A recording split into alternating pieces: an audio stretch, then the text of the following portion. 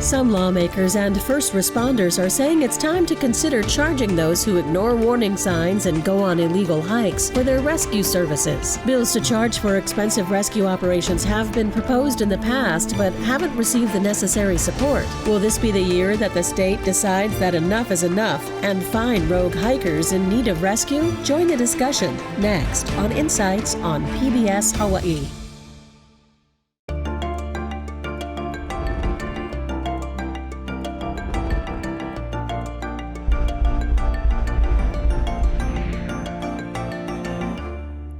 Aloha and welcome to Insights on PBS Hawaii. I'm Yanji Denise. We've all seen the headlines about hikers and others being rescued by helicopters and airlifted to safety. Many of these rescues are a result of visitors and residents engaging in illegal and at times reckless behavior. The search and rescue operations for these individuals are risky and expensive. Senate Bill 786 is looking to mitigate some of the burden on first responders. Lawmakers are proposing that those who violate rules and disregard warning signs be charged a fee for rescue services. Similar proposals have been heard in the past but have not gained necessary support to become law. In written testimony opposing Bill 786, HPD Major Shelley Paiva wrote, quote, "It may deter or delay prompt notification of first responder agencies by persons who may need to be rescued. Such a delay in a request for assistance could make the situation worse and further endanger the lives of those persons as well as first responders." The State Fire Council, made up of the 4 county fire chiefs, also provided written testimony in opposition to the bill for the same reasons. But have attitudes at the Capitol changed enough for new laws to be passed? Will this be the year that laws to penalize rogue hikers and thrill seekers pass? We look forward to your participation in tonight's show. You can email or call us with your questions. We also encourage you to get involved with the conversation happening right now on our Facebook page. Now to our guest. David Tarnas is a state representative for District 8 on Hawaii Island. He is the chair of the House Judiciary Committee. Before being elected to office, he served as the chairman of the Democratic Party in Hawaii County. Aaron Lowe has served for 27 years as the Trail and Access Specialist for the island of Oahu for the Department of Land and Natural Resources Division of Forestry and Wildlife. He supervised the design and content development of the Na'alehele program website, which highlights our state's hiking trails. And John Brom is the president of the Hawaii Trail and Mountain Corporation. He's been a member for 14 years. The HTMC was founded in 1910 as a hiking and social club. Today it operates as a charitable and educational nonprofit and helps with trail maintenance around the islands. Gentlemen, thank you for joining us here tonight. We love having you in person and look forward to your perspective. Representative, I want to start with you. Tell us about what kinds of fees these visitors or residents who trespass and then need rescue could be facing under this law. Well, this law is unique in that right now the search and rescue operations, under state law, they could charge somebody if they choose to, but the Hawaii Fire Department chooses not to because they don't want to deter someone from calling 911 if they're in trouble. As you heard, they don't want anyone to delay the call because it could make matters worse. They could get into further trouble, and the rescue could be much more difficult. And so what this bill does, it actually requires the agency to charge somebody for rescue if they're trespassing, if they're on a closed trail. And that's different from they may charge somebody. This actually requires them. And as I was chairing the Judiciary and Hawaiian Affairs Committee, this is the first time that we had testimony in support of this sort of legislation from a state agency and from the Hawaii Firefighters Association. So I thought, wow, something's different here. I mean, I was in office in the 1990s, and when we heard bills like this, everybody was opposed to it. Now we actually have a state agency saying, it's time we talk about this. And we have the Hawaii Firefighters Association, which is the union representing the firefighters and first responders. They're saying, we need to have something like this. It's old school thinking to think that people would not call 911 if they needed it, because they say they'll call. How much money are we talking about? Well, that's a good question, and they're not able to answer that because the fire department hasn't really sat down and counted up all the cost it would take to rescue somebody. That's part of what we would like to get out of this discussion. How much does it cost to mobilize the fire department, to call out the helicopter, to get somebody to go out and rescue somebody who's on a closed trail? It likely could be thousands of dollars. It's cost to fly in a helicopter. It's very expensive. So to get some of these out there, yeah, it's likely to be very, very expensive. Right now, if you're trespassing, I think the charge is probably a $1,000 fine and potentially 30 days in jail if you're trespassing. This is different in that you're actually charging for the rescue and the search costs itself. And I recognize you don't want to delay callings for help. But at the same time, I think we need to have some way of addressing this problem where you, as you say, rogue hikers who are out there ignoring the no trespassing sign, going to a place, endangering themselves. We need something to try to address that problem. Well, John, we know you're an avid hiker, not a rogue one, but what are your thoughts about this? I mean, do you share the concerns of the HPD quote that we shared there, that some people might delay rescue and then, get into more trouble? Or do you think that there is a place for these folks to actually bear some of the cost? Well, we don't advocate people going on closed trails. But we are concerned that people that do go out hiking, may get into a situation where they're on a regular trail, but they exploring something, and now they're not sure, what the protocol is. So now they're going to think about whether or not I should call because, am I, is this crossing the line?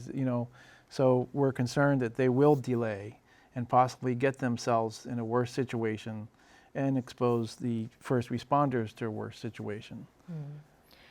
I'm interested, Aaron, over the course of serving in the DLNR for, these almost 3 decades now, how have you seen people's relationship to the outdoors change?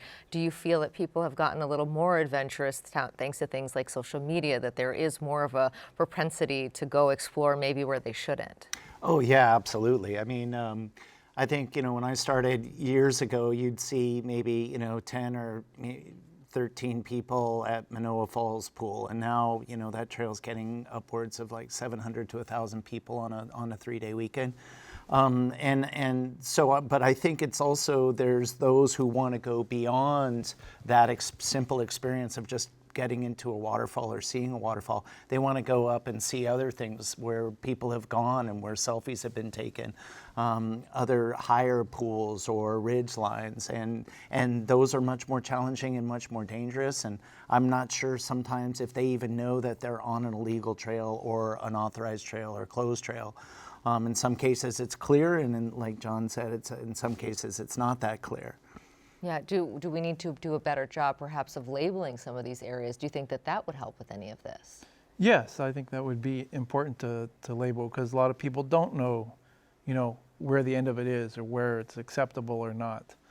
So if they know they've gone past the sign, then they know I better get back, or if they see something dangerous, they hopefully will have enough smarts to rethink what they've done, but sometimes you don't know, so they're just, hey, we'll just go exploring, which, people do, but, we don't, again, want them to stop and hesitate if something happens.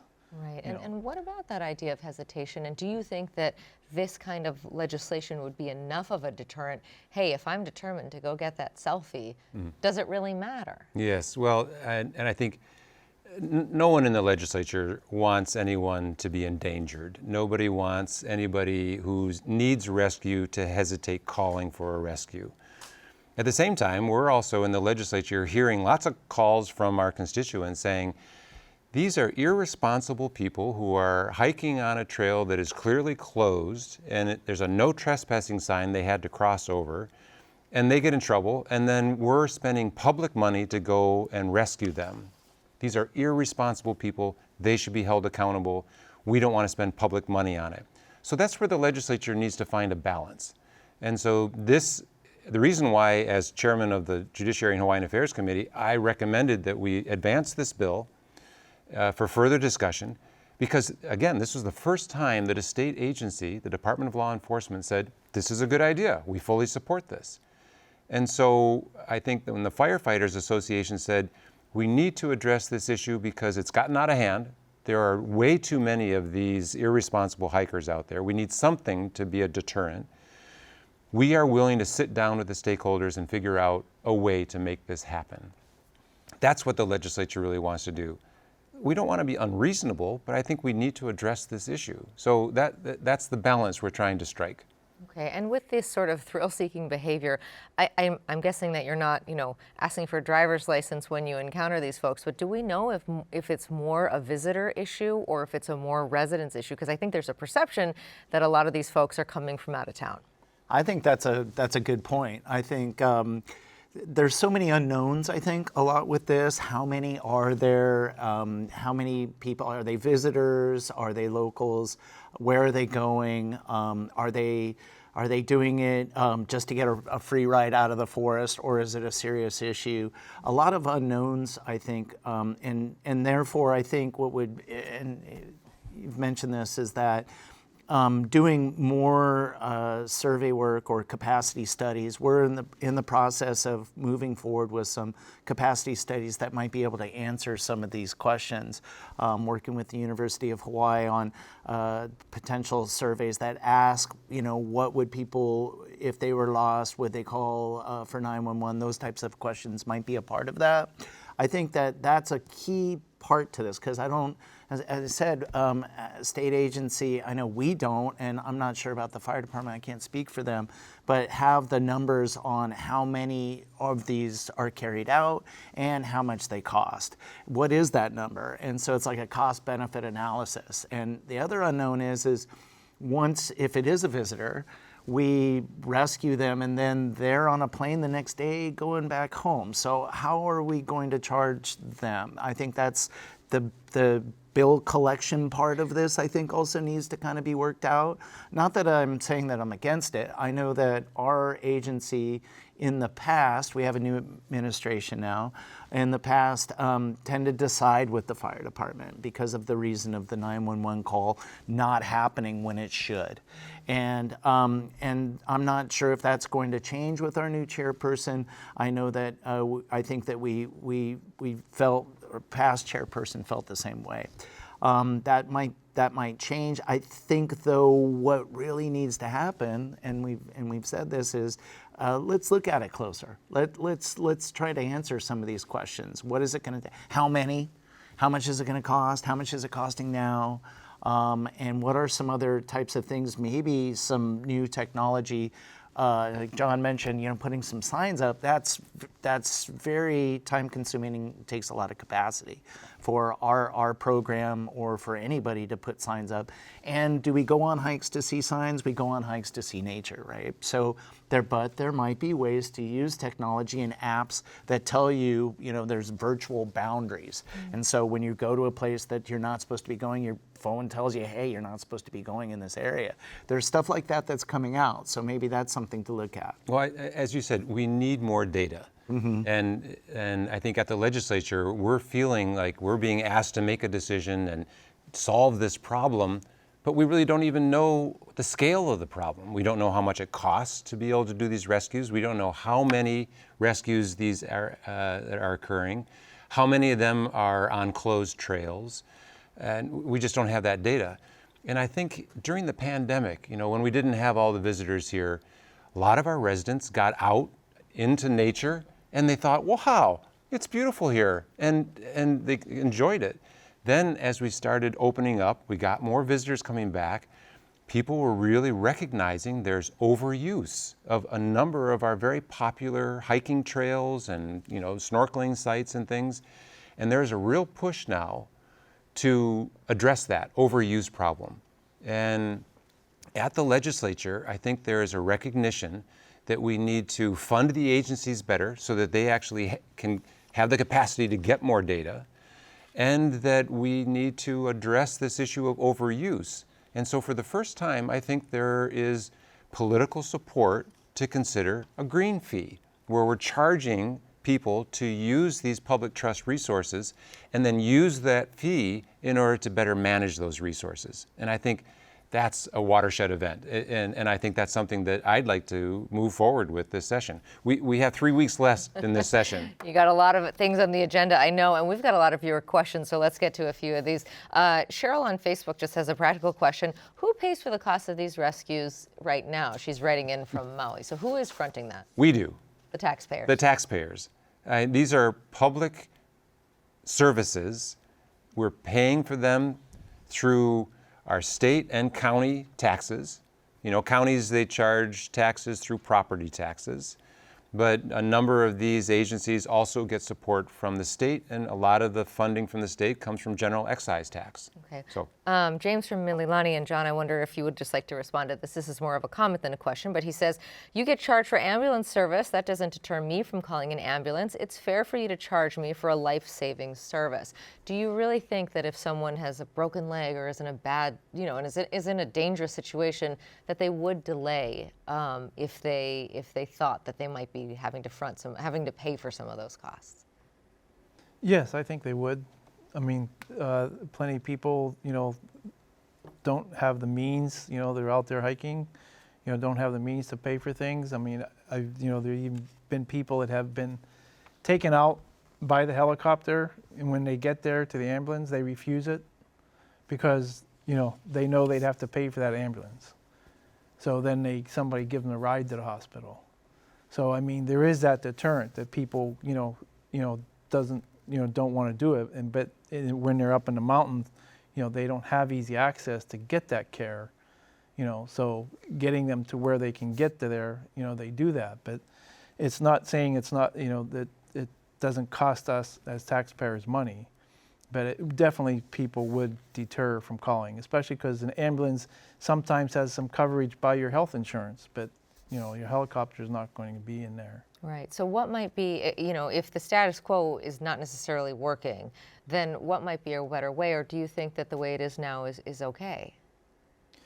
I wouldn't want to say it's okay. I do think that, you know, people that, you know, should be not doing some of these things, but their main issue of them is trespassing.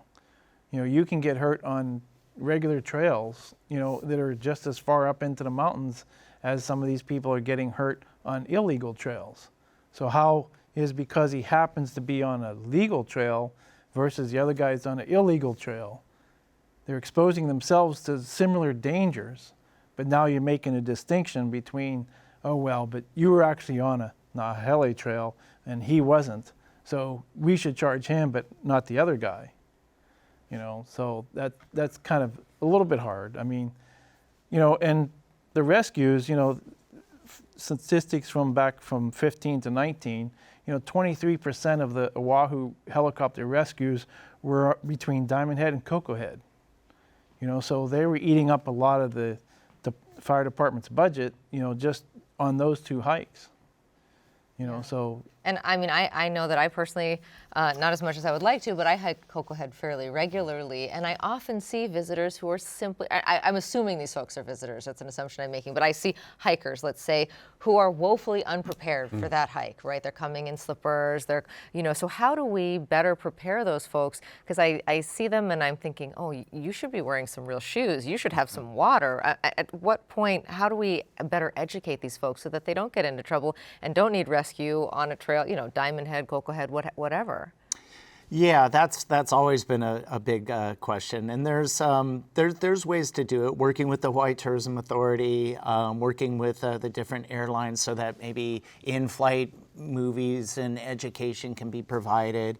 Things that the airport have been provided in the past. We provide things on our website. I think more recently, especially with some of these more high-use places, is there needs to be what we say an adult in the room. One is to educate about the place first and foremost, about, you know, how important it is and what they're seeing and the cultural values and historical background of the area. Being prepared is another a very strong outreach point to hit people with. And then also keeping an eye out, making sure that people don't have bad behavior along these trails. And that's a lot of what we're seeing, and which is an impact and a negative impact on those trailhead communities.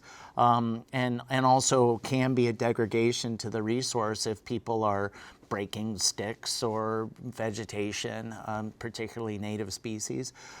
So one thing that we're looking at is particularly for Oahu, I can't speak for the other islands, but having having stewards at the trailheads or ambassadors, trail ambassadors, so that you have someone that can have the ability to tell people what they should and shouldn't be doing, or helping them, educating them, and maybe giving them some supplies, obviously, first aid training and communications with services that can be maybe provided if someone needs help.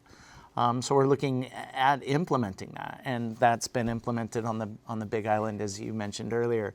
So it has been successful, but it also comes with its challenges. Yeah, I mean, that's a really good point. Just having a grown-up say, hey, maybe you want to wear some shoes on this one. Right. Right. I want to bring in some of the comments, and I'd love for you to respond to these. I'm just going to read a couple. Who decides the amount of the fine or the fee? Would the cost go up if someone does it more than once? Would this really work as a deterrent? Kimo's asking that in Kailua.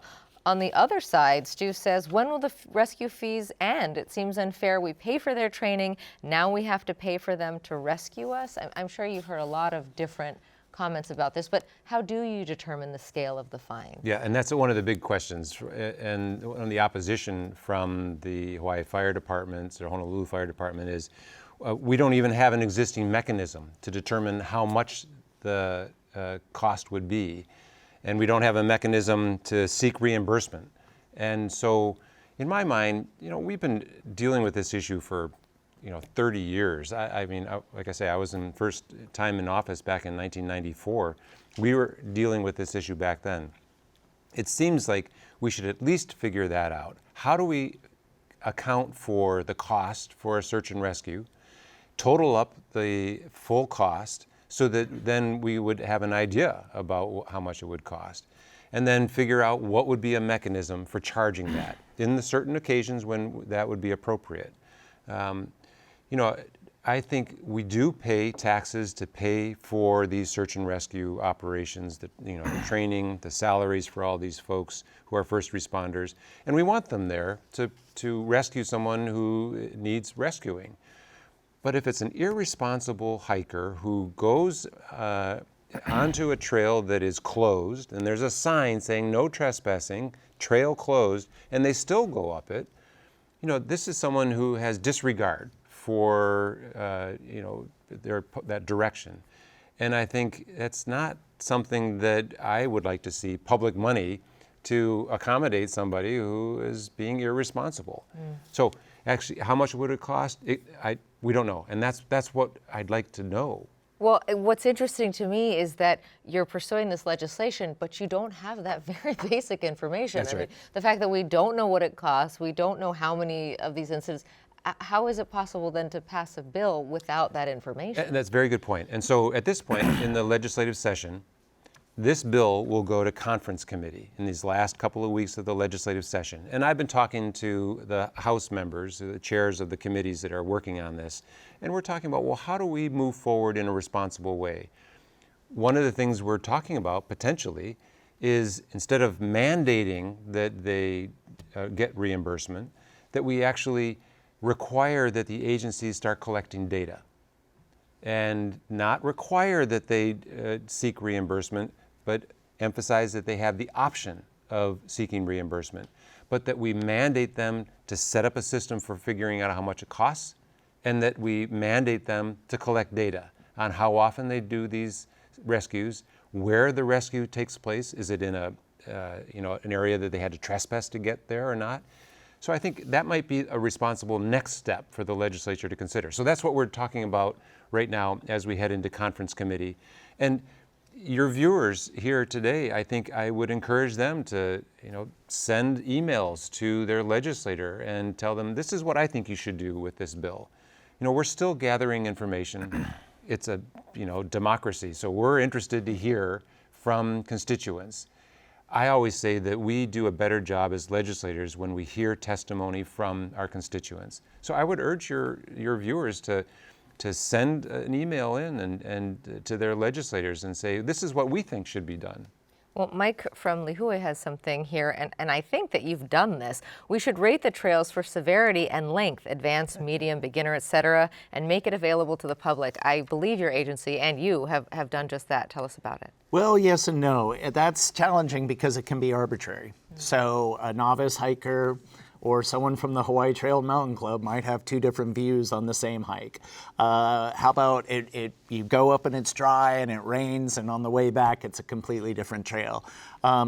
So the benefit of social media actually is, and some people might not realize that, but the comments or the ratings, if you read those, you'll start to get an idea from those ratings and from those comments.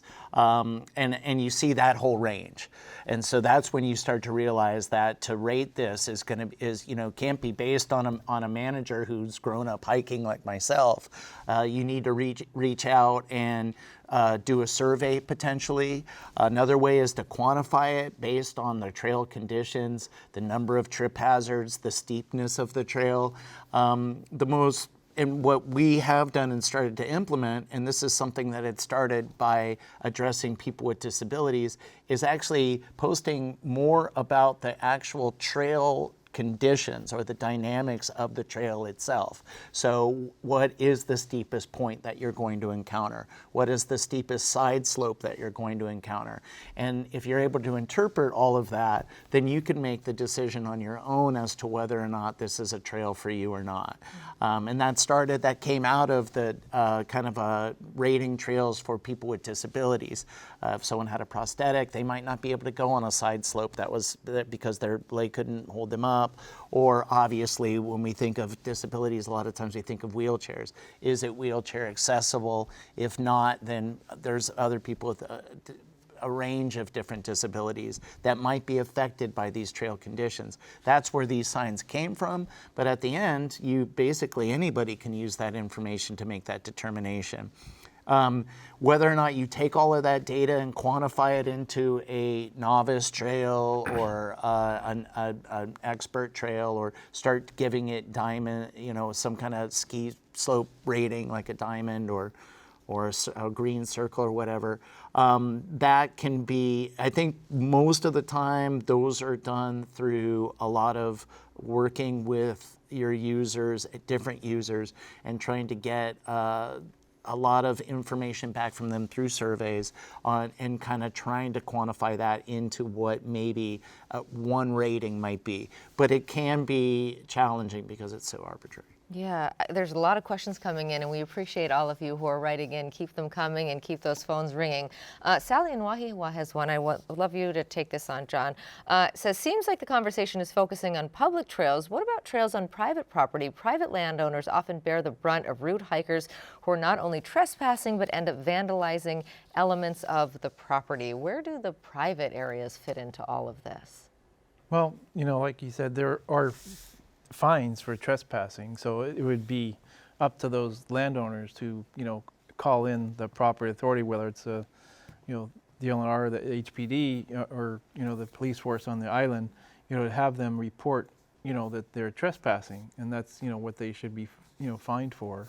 Yeah, I mean, there are existing trespassing rules. How often are those enforced? If you're trespassing, like this caller is suggesting, you're already subject to fines, right? Are those actually enforced? I hear that it's difficult for a private landowner to pursue that. And, I live on Hawaii Island in Waimea, and we have places that are famous on Instagram. And so you get visitors, usually, who will hike there, and then sometimes they get in trouble. These are flashy streams, so if there's a heavy downpour that comes, they could get stranded, they get in trouble, and they have to be rescued. So the private landowner is saying, this is ridiculous. I've got to, hire an attorney to follow up and get them charged with trespassing, and then I have to try to collect. it's a huge cost for the private landowner. They're saying, you know, we're going to put up more signs, we're going to just try to make it so difficult for someone to get there. But we had to, you know, these are firefighters had to go and rescue these folks. And so in a case like that, they knew that they were trespassing. And so that trespassing fine of $1,000 or potential 30 days in jail is not enough. It's not stopping people from doing it. Instagram, I guess, you know, or these other social media things are so attractive. You know, they want to get that selfie that's in that special place, and so we're losing control over these special places. How do we take that control back, do you think? I mean, there's an upside to social media, right, where we can get the word out fast, but there's the downside where everyone's trying to one-up each other and get the better picture. Is there a way to kind of harness some of that for good? Yeah, that's a big challenge. And so, I mean, right, if you can't beat them, join them, kind of is what I've had discussions with our outreach people about. You know, we try to get people to come to our website because we try and put the most updated information about the trails that we manage and maintain for everyday public use. And we try our best to guide people to those. And we got quite a bit. I mean, there's 100 miles on this island, over 40 roads and trails to choose from that are legally open for everyday public use. But we, you know, all of the different apps that are out there provide information about private trails that are closed. We don't have control over those or the capacity to try and track down that misinformation. So that would be an area where we could use help for the capacity to try and track that down. And also maybe being more proactive. So when we open up a new trail, we provide that information to those different apps that are out there so that they're given first and foremost that information rather than from a user, a regular trail user, which is how these mostly are built, is just by trail users. And it's based on their judgment and their idea of the trail. And so that's very attractive to people. And unfortunately, it tends to be the first type of app that comes up because it is popular. Mm-hmm. And so how do you deal with that? And again, that's a capacity issue. We need some more money and more staff to try and address that. I want to bring in a couple of questions here. And these are all sort of focusing on our visitors. Rose from Kihei, why don't we organize through the resorts that these hikes in sensitive areas can only be accessible through guided tours? That way it can be managed and provide local jobs. John in Hawaii Kai, visitors pay over $2 million per day for TAT. Let's use that money to design QR codes for our trails and lifeguard stations to educate our visitors about safety. There are tourists. Patricia in Kailua says, I'm just reading a couple of these because we have so many. I love it when you guys all call in.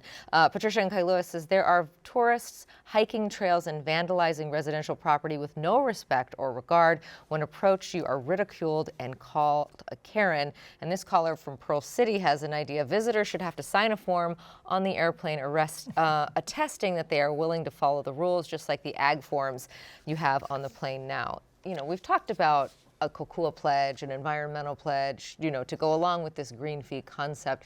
Is there a way to incorporate some of these ideas that the callers have called in with educating our visitors to be a little bit more responsible? Well, I think so. And I'm grateful to hear these suggestions because that gives elected officials like me the courage to say, yeah, we're going to take some of these funds that we get from the transient accommodations tax or from instituting a green fee and spend it on things like your readers, your viewers are suggesting.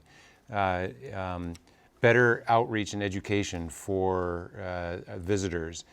The hotels that I talk to, the resorts I talk to, they say, if someone comes and asks us for information, we tell them, you know, this is not available for the public to go to.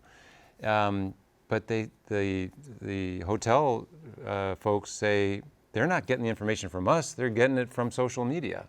So again, we don't control social media. And that's the beauty of it, but that's also the dark side of it, right? And so we do need to improve our capacity for managing these large numbers of people. Having some sort of steward program, a trail steward, is very helpful. I know we do that for some of the trails that we have on Hawaii Island, which in the past were readily available for people, and in fact, people who grow up there, you'd always go out to this trail, and but now you go there these days and there's 50 people, there's 60 people, 100 people, and there's cars parked up and down the side of the street, and there's traffic safety problems, there's there's no bathrooms there, and so there's actually public health problems and environmental health problems. It's just really, we have to address it. That's why I think it is appropriate for us to use some of this money that we are getting from transient accommodations tax or potentially this green fee and spend it on better management of our popular trails and our parks and access points like this, because we can't just ignore it anymore. It's really become a crisis. John, there's a comment here. Residents and tourists should be entered into a database and charged to pay for the rescues. That's what this caller says. There should be an app to tell hikers when they are trespassing. How do you advise your members on where they should hike and where they shouldn't hike? How do people actually figure out what's safe and what's not? Well, we have a program, so we have actual hikes every weekend.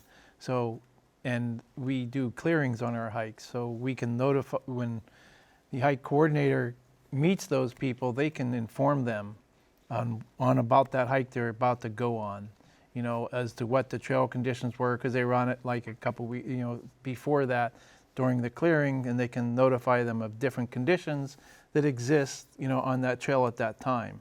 Because these trails, they'll change from month to month, definitely over a year. They'll change the dangers, there'll be landslides or other things, so it changes the condition of that trail. So even a person that's been on that trail many times may not know the specific condition that the trail is in. So we try and get that information to them before they start that hike that day. I mean, how much of this issue do you think is people inadvertently making a wrong choice as opposed to irresponsibly heading down the wrong trail? That one's hard to say exactly how that happens, but it definitely happens. I mean, plenty of people inadvertently lose the trail or take off, so sometimes the trail isn't real well defined, and they'll, go off, a little wrong way, and then may get disoriented, and need to backtrack and find their way. But some people have difficulty with that. So, that's, what you might say is, an honest mistake. They didn't mean to.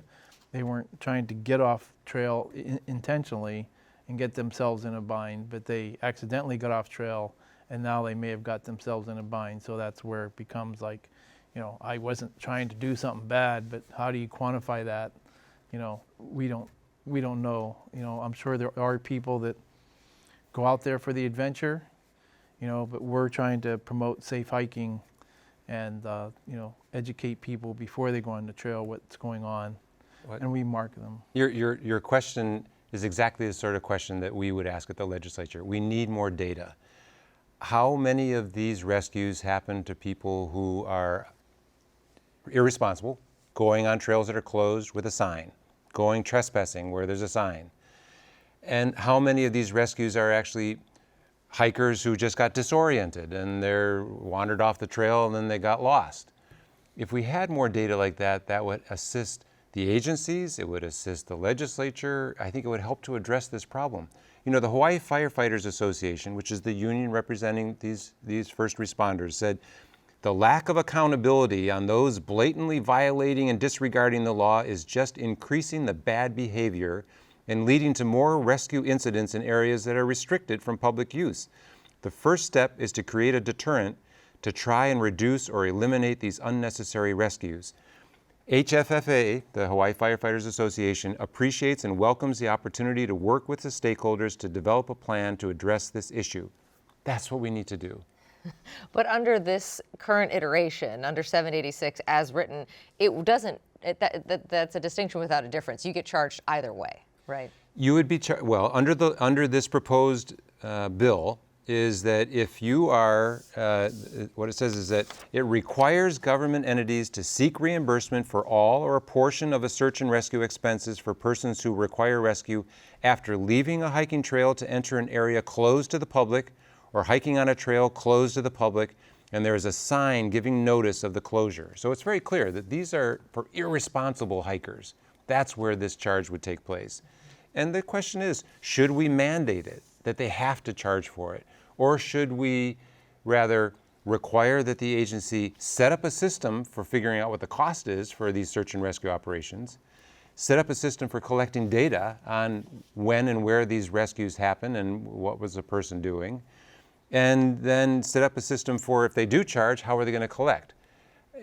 But still not mandating that they charge, but giving them the authority to charge if they choose to.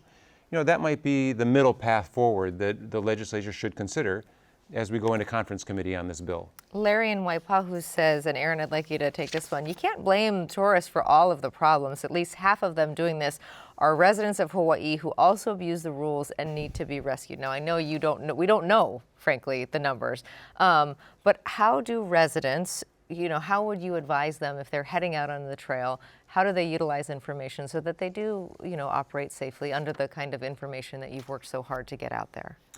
Right. I mean, we hand out a safety brochure, and part of that is check and do your research before. So you're able to look at our website, which maybe you can post for our benefit. Look at our website and get information about the trail, where it is, what to expect on it. We have a ton of content on our website about the birds, the plants, what you're going to see, basically the route, the directions, how to get to the trail. Quite a bit of information with pictures and maps. And so doing that research prior to your hike is always beneficial. And then, we always say too, is, bring the appropriate gear that you'll need. Our brochure has all of that list. I'm not going to go into that, just basic fundamentals that you would take hiking. It's surprising though, sometimes I'm out there and I see folks, there's no water, there's no hat, there's no nothing, and it's dangerous. Right. And there's a big mix of different people that are out on our trails. I see people with probably more gear than they need also. Can you tell us the website? They just want to make sure that we get it on there. Okay, it's hawaiitrails.hawaii.gov. Okay. And I want to bring in this question here. Can we charge medical insurance for these rescues? Is there a mechanism so that the individual doesn't have to pay? Does insurance cover any of this? I doubt it. Not if they're irresponsible and they're trespassing, but I could be wrong. Yeah, yeah. I'm interested, John, there's so many questions here. How about this one? Ken from Makiki says, isn't this about charging fees for hikers on illegal trails? Why would anyone oppose that? I mean, you're kind of not necessarily opposing what the representative is saying, but kind of cautioning that there could be some downsides to this. So you're asking about charging for... Yeah, isn't this about charging fees for hikers on illegal trails? Why would anyone oppose that? Why would anyone oppose, charging folks who get off trail and then, end up costing the taxpayers potentially thousands of dollars because they needed a helicopter for a trail they shouldn't have been on? Yeah, I mean, if they're trespassing, there's fees. We're not against people having to pay a fee for trespassing. We're just, it's just the rescue part that comes into people's mind, when they're getting hurt. That's, now they're thinking, oh, I'm hurt, where am I at? Is it relative that I should not call because I need to crawl back, half a mile that way and then I'll call because, I'll be what I think is an illegal area. But, as far as being illegal, that's definitely illegal. I mean, they should be fined if they're in an area they shouldn't be. Yeah, and I guess you're saying that unfortunately it's difficult to enforce the current trespassing laws. What are the mechanisms for actually collecting these fines, the ones that are on the books and the ones that you're proposing? Well, I think the private landowners that I talk to just say it's very difficult to get a trespassing charge to stick and for them to actually get adjudicated, and then the private landowner doesn't see that money. Let's say that they were successfully prosecuted for trespassing. They get a $1,000 fine. That money does not go to the private landowner. It goes to the state or to the county. I would guess it would go to the state. And 30 days in prison is the maximum imprisonment for it. So there's no compensation back to that private landowner that might have had damage to their property, right? But I think it's important. The Hawaii Firefighters Association for years has lined up in opposition to this sort of bill in the past. This is the first time that they've actually come out and said, we support it. And in fact, they said, our traditional position on this issue seems to be old school. In this post-COVID environment, we have to change. We've got to look at this differently. And I think that's why I looked at this and said, well, okay, let's take advantage of this opportunity, get the Hawaii Firefighters Association to sit down with the Department of Law Enforcement and the firefighters and the Hawaii Fire Department and come up with a solution to this. So that's where we may have to modify this bill in order to move it forward in a way that actually tries to come up with the data and come up with a system to collect that data so we can make an informed choice. There's a question here from George on Maui. He says, who is responsible for maintaining the trails? There's a trail leading up to the Kings Trail here on Maui that is not being maintained, so it's up to the locals. We have, I would imagine, tens of thousands of miles of trails here in Hawaii, or maybe just thousands, I'm not sure, but quite a bit for one agency to try to take care of. Right. I mean, for Oahu, we've documented over 280 linear paths used for transportation, whether prehistorically or more modern day. And so, but what do we maintain and manage for everyday public use? 40. So, so there are obviously a ton of trails out there that either we could get access to and modify and make our program trails. That's back to that capacity issue. If we had more money and more capacity, we would be expanding our program to a point of even indemnifying and having easement agreements, purchasing easements across private land to open up these trails. That was part of the, actually the main mission and intent of the program was started because of a loss of access and public trails due to urban sprawl and development. So it's within our mission to do that. It's just we've hit that kind of that barrier of capacity, and meaning that at the same time, while we were trying to make more access, liability issues, social media, things came about that really made that mission more challenging.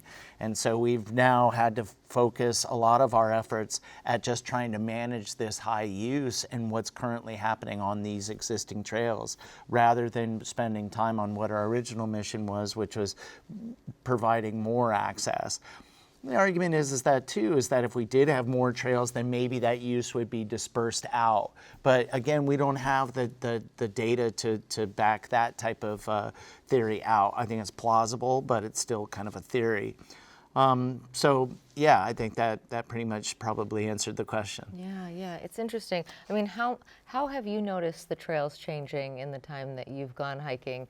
Do you feel like there is sort of, we talk about in sort of tourism management and just, Kama'aina too, that perhaps some of these resources are being loved to death, if you will? Very much. There's very many trails that are way overused, and you can tell the trail bed gets eroded, and it becomes less as a safer hike than it used to be. So these trails that are overused, there's definitely, it needs a respite from the usage, and that, is just like Hanauma Bay. They figured out after the tourists weren't here that, hey, it recovered some. So some of the trails need a respite too, just to kind of recover some of the things. And of course, maintenance. We do a lot of trail maintenance, to try and restore some of the trails and make them safer. So there's a combination of that. But some of the trails are just way overused for sure. Yeah. I could add to that, and so in the management toolbox for trails, you have choices of do you armor them and make them to a point of paving them, which is something we'd prefer not to do because of aesthetically it takes away from the trail experience, the trail user experience. One that we're looking at particularly with technology is, and State Parks is implementing this at Diamond Head, is coming up with a reservation system that disperses that use out. Because part of the problem of the impact too is the experience socially. Is the trail, when it's overcrowded, you've lost any sense of connecting to nature at that point. You're just saying, excuse me, pardon me, and standing in a line to see a waterfall. So of course we want to avoid that. And so with reservation systems, you can have time slots that disperse the people out.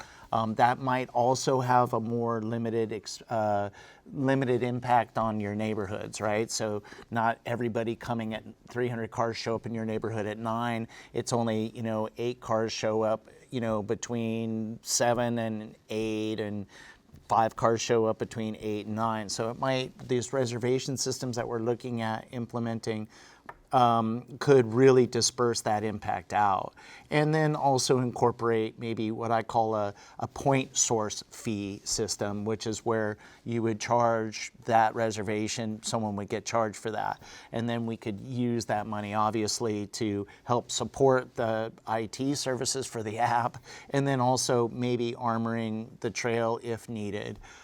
So yeah, those are some It's such an interesting sort of balancing act, right? Because I remember when they first implemented the fees or the reservation system to watch the sunrise at Haleakala, and I remember thinking, I can't believe you have to make a reservation to watch the sunrise. As somebody who grew up in Hawaii, that's just such a strange concept. And similarly with the hike, but I know exactly what you're talking about. The last time I had friends in from out of town a while ago and took them to Manoa, it was like, let's get out of here because this is ridiculous, right? So there has to be some kind of something in between, but you don't want to lose that sort of access for everyone that I do want to just go watch the sunrise and be able to do that, right? There are some good examples, I think, that we are going to learn from. On Kauai, for example, at Ha'ena, they were being overrun by too many people. And so what was done there is they established a parking lot, and that only people to go there had to park in the parking lot, and you couldn't park out on the road. And then they established a reservation system and a shuttle that would bring people there. So that really helped to control the numbers of people that were going out in that area. I think that's the sort of thing that has shown to be successful, and I think we're going to need to do that elsewhere. But what this whole thing has really brought about in stark reality is that we have chronically been underfunding the Department of Land and Natural Resources. They just don't have the capacity to do what we're asking them to do. So at the legislature, we have to look at this issue seriously and see, how do we actually increase the funding, appropriate additional funds to the DLNR so they can do what we're asking them to do.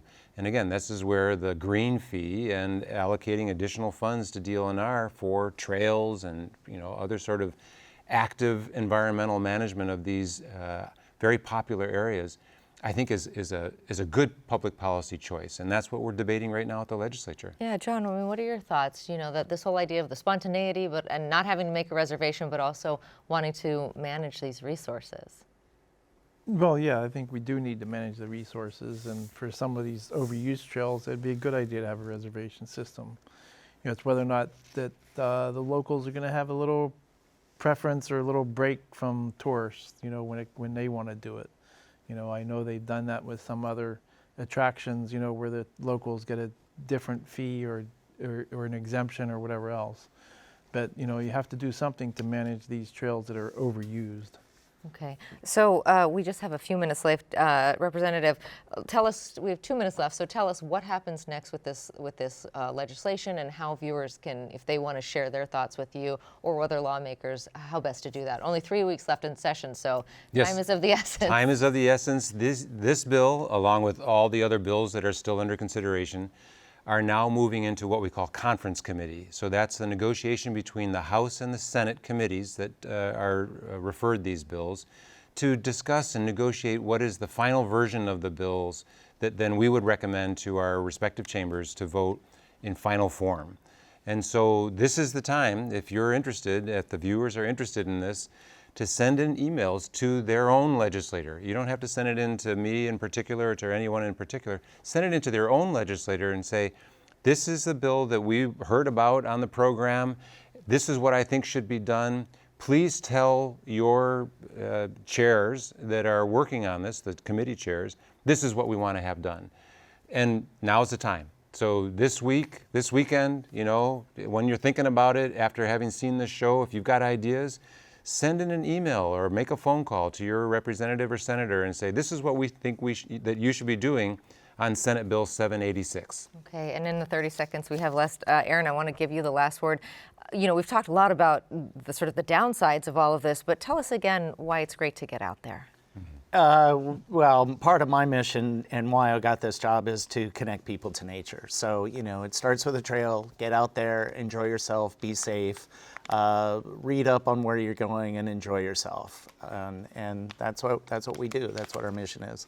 Yeah. And so I can end on that. And there's nothing like it. Get out there and do it safely. Mahalo to you for joining us. Of course, we do thank our guests, Representative David Tarnas, John Baum from the Hawaii Trail and Mountain Corporation, and Aaron Lowe from the DLNR's Division of Forestry and Wildlife. Aloha Stadium closed its doors for the last time this past February. Now the question is, what comes next? Can the governor and state officials agree on a plan? Next week, we ask, what is up with Aloha Stadium? Please do join us then. I'm Yanji Denise for Insights on PBS Hawaii. Until next time, aloha.